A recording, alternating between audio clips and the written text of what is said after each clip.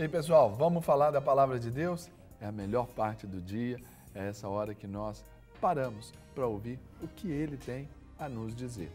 E o texto desse tempo aqui está no Evangelho de Marcos, capítulo 6, versículo 45, e vamos ler até o 52. E a palavra diz assim: Logo a seguir, compeliu Jesus aos seus discípulos a embarcar e passar adiante do outro lado, a Betsaida, enquanto ele despedia a multidão. E, tendo-os despedido, subiu ao monte para orar. Ao cair da tarde, estava o barco no meio do mar e ele estava sozinho em terra. E, vendo-os em dificuldade a remar, porque o vento lhes era contrário, por volta da 4ª vigília da noite, veio ter com eles, andando por sobre o mar, e queria tomar-lhes a dianteira.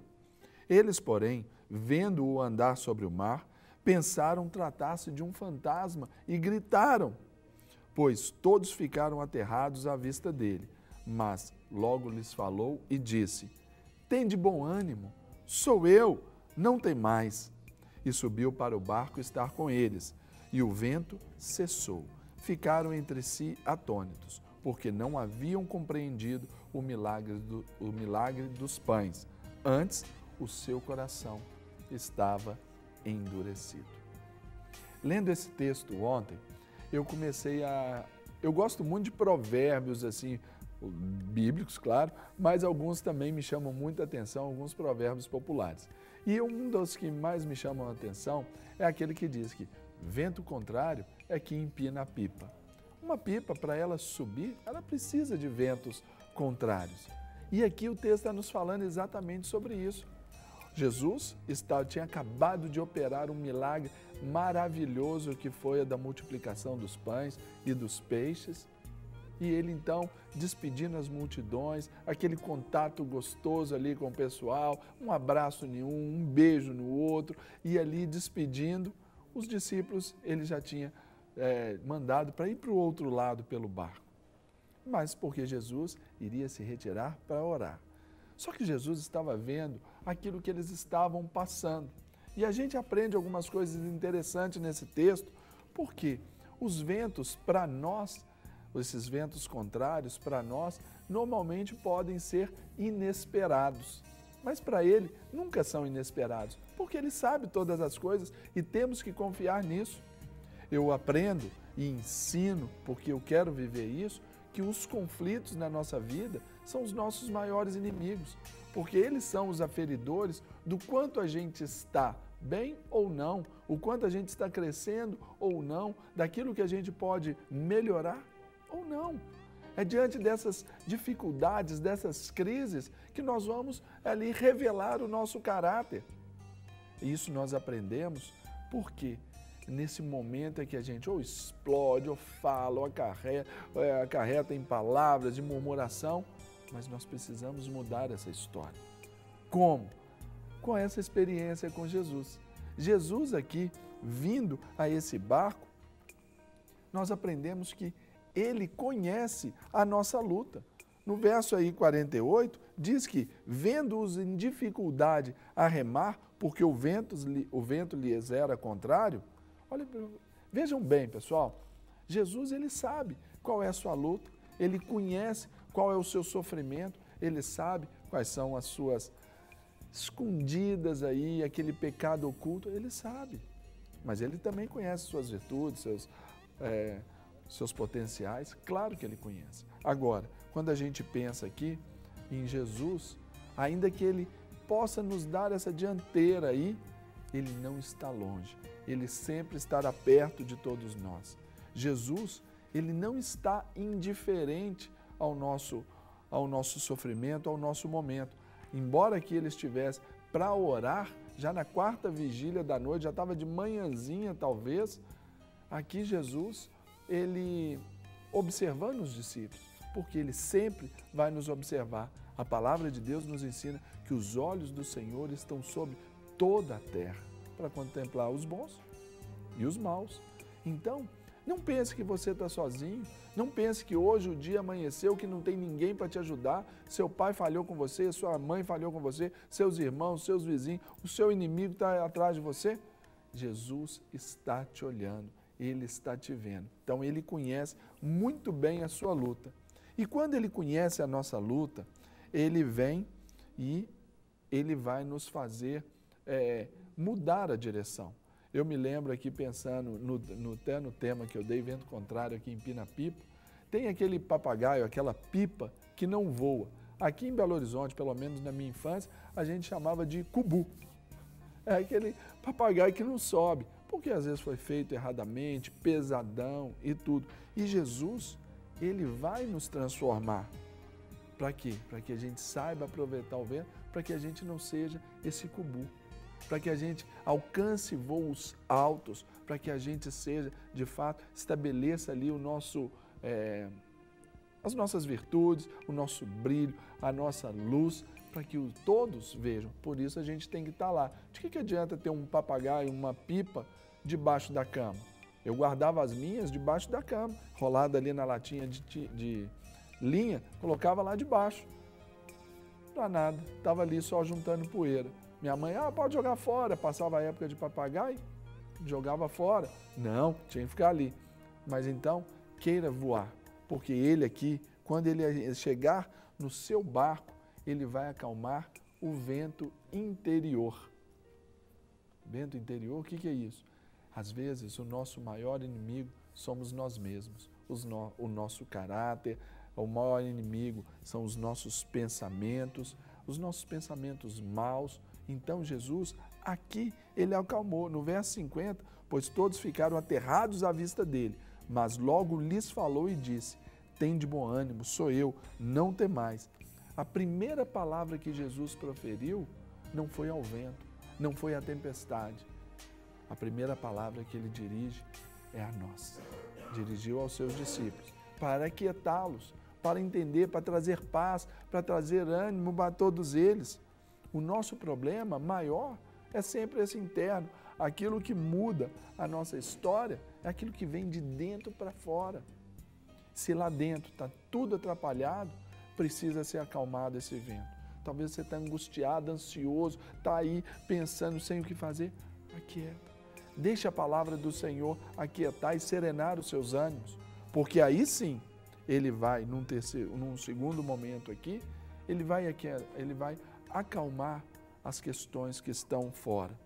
Aí eu pergunto para você, você tem deixado Ele entrar no seu barquinho? Porque aqui a Bíblia diz, quando Ele subiu para o barco para estar com eles e o vento cessou. Deixe Deus entrar no seu barco e os ventos contrários, eles vão cessar. Mas esses ventos aqui, no sentido adverso, os seus problemas, Ele vai conseguir dar uma harmonia, vai conseguir te dar direção para que você os resolva. Porque Ele tem o controle de todas as coisas e nós não podemos desprezar isso. Ele não tem problema tão grande que Deus não possa resolver e nem pequeno demais que Ele venha desprezar. Por isso, esse é o tempo de um tratamento pessoal. É nessa hora que Ele vai consertar ali a taquara de enverga, aquela taquara do meio, vai arrumar a barbela dentro dessa pipa para que você possa aproveitar esse vento e subir. Subir sim. Ontem você ouviu a Carol falar sobre águias. É a gente alcançar esses voos grandes. Cumprir o propósito. Um papagaio ou uma pipa, ela pode, debaixo da cama, não tem propósito algum. Mas lá no céu, bonito, enfeitando, ele tem o seu propósito assim. Então, deixe Deus te usar, sabendo que Ele sempre está atento àquilo que passa com a sua vida. Que Deus te abençoe. Amém. Glória a Deus, Serginho. Quando você começou a falar, né, sobre os ventos vêm, as tempestades vêm, são tempestades para nós, mas para o Senhor não é. Ele sabe de todas. E no Salmo 139 fala que Ele já escreveu todos os nossos dias. Ou seja, nada é novidade para o Senhor. Assim, essa palavra realmente, que ela venha trazer muito fruto aí no seu coração, no meu coração, para que nós venhamos confiar sabendo que às vezes a tempestade é nossa, mas não é do Senhor. Mas é uma oportunidade que a gente tem de confiar e permitir que Ele guie a nossa vida. E aí eu pergunto, o que é mais fácil? Onde é mais seguro estar? No barquinho ou no mar? Ou em terra. Nesse caso, é estar no barquinho, porque Jesus, Ele quer estar com você no barquinho. Se Jesus estiver no mar, vai para o mar, filho, que o barco vai afundar. Mas se ele estiver no barco, fica dentro do barco, porque esse barco vai segurar. Se estiver em terra, se Jesus não estiver lá, vem um tsunami e já era. É isso mesmo, então é a gente estar. Carol, quero te pedir, né, para você orar por todos nós, mas eu quero fazer um pedido aqui especial, que você ore, porque o Rodrigo Sena, que é o marido da Graciele, que trabalha aqui na TV com a gente, uma gracinha de pessoa, o papai dele, o senhor Walter Sena, faleceu aí de ontem para hoje. Certo. Então, você ore, acrescentando abençoando aí o nome do a vida Rodrigão deles. E toda a família, né? Fica aqui o nosso abraço, nossa ministração de consolo, de bênção sobre a sua vida, Rodrigo, seus irmãos, família toda, seja nesse momento aí tão difícil. Que o Senhor venha consolar o coração de todos vocês, da família. Momentos assim, as nossas palavras, elas não conseguem atingir mesmo aquilo que Deus pode fazer. Mas nós oramos, porque o Espírito Santo sabe o tamanho da dor que você está sentindo, o tamanho do buraco que fica com a ida de alguém que nós amamos tanto. Mas o Espírito Santo, ele tem o tamanho necessário para preencher isso. Que o Senhor venha mesmo te fortalecer, te renovar, agregar uma bênção, amor, uma querida nossa, o Rodrigo, seu esposo, que perdeu seu papai, e você aí, na sua casa, que pode estar assistindo e também, né, está vivendo aí uma perda muito forte. Que o Senhor venha suprir aí aquilo que você precisa neste momento, agora. Esse é o nosso Deus de agora. Então vamos orar. Pai, nós colocamos nossas vidas diante do Senhor. Oramos, Senhor, por essa palavra. Deus, para que ela venha realmente entrar no nosso coração, cair na nossa mente, da nossa mente descer para o coração, para que ela venha dar muito fruto. Que não venha ser somente mais uma palavra, mas aquilo que transformará a nossa história, transformará a nossa conduta, transformará o nosso dia a dia, transformará as nossas atitudes, transformará os nossos pensamentos, transformará simplesmente. Deus, que realmente nós possamos confiar e que o Senhor, Pai, venha ser, a paz do Senhor venha ser esse hábito aí no nosso coração. Tira toda aflição, tira toda inquietação da nossa alma, tira todo o agito do nosso coração. Declaramos que dependemos e precisamos do Senhor. Necessitamos do Senhor nas nossas vidas. Deus, e que possamos nos aproximar mais ainda de Ti e não ter receio das tempestades, porque o Senhor sabe o nível, a força, o grau de cada tempestade que vai acontecer na nossa vida. Mas que a gente venha assim, em preocupar em nos aproximar do Senhor. Que a gente venha gastar tempo em nos aproximar do Senhor e não preocupar com as circunstâncias. Eu oro pela vida de todos que estão passando aí por uma perda grande de ente querido, pela Gra, pelo Rodrigo, por toda a família, para que o Senhor venha consolar, fortalecer num momento de tanta dor. Mas nós sabemos que o Senhor é aquele que sabe muito bem o que é dor. E por isso pode nos consolar no momento que nós precisamos.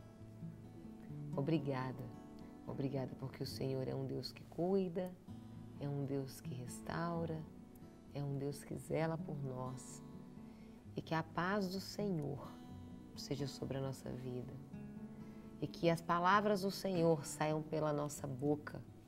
E que venhamos ser boca do Senhor aonde formos. que não haja espaço para murmuração, mas para gratidão no nosso coração, Pai. Em todo tempo, em todo momento, sabendo que o Senhor é aquele que sabe conduzir as tempestades da maneira correta. Deus nos livre de murmurar diante das tempestades, mas que venhamos aprender a louvar, ser grato e confiar no Senhor em todos esses momentos, em nome de Jesus. Amém. Carol, ainda aproveitando esse momento de oração, ainda quero orar com você. Algumas manifestações que é um livre acesso aí que a população tem de expressar a sua indignação estão marcadas para amanhã, sexta-feira, domingo. Nós queremos orar para que as manifestações, que elas aconteçam naturalmente, sem qualquer violência, que o diabo não encontre nenhum momento, nenhuma vantagem aí nessa situação para romper com vidas de jovens, com pais de famílias, com pessoas queridas também. Então vamos orar agora por esse tempo, pelo nosso país? Vamos juntos? Pai, aqui também juntos, uma vez mais, queremos apresentar diante do Senhor, ó Deus, a nossa nação, o nosso país, o nosso Brasil. Deus, passamos por esse momento difícil, mas nós não queremos que nenhum plano das trevas, ó Deus, se estabeleça aqui na nossa nação. Ao contrário, queremos que sobre a nossa nação, ó Deus, reine a paz, reine a bênção do Senhor, que o Senhor seja entronizado na nossa nação.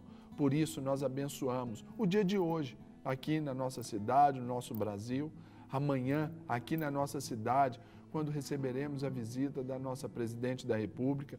Deus, que se houver as manifestações como estão programadas, ó Deus, seja feito tudo, ó Deus, com a ordem que precisa ter para o progresso que queremos ter, Pai.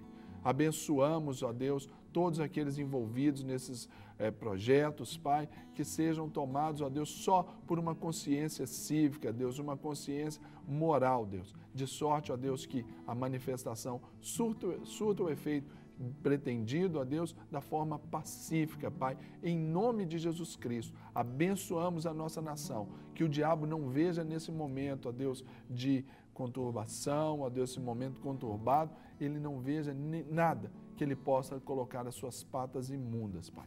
Por isso, nós abençoamos o nosso Brasil, abençoamos a nossa cidade, abençoamos Belo Horizonte, em nome de Jesus Cristo. Amém. Glória a Deus. Amém, pessoal? Nosso país precisa das nossas orações, os nossos governantes precisam das nossas orações e assim nós vamos cumprir aquele nosso direito de cidadão. Podemos reclamar, né? Podemos ali manifestar, mas também devemos orar. Isso. Temos direitos e deveres, né? Claro. E um desses deveres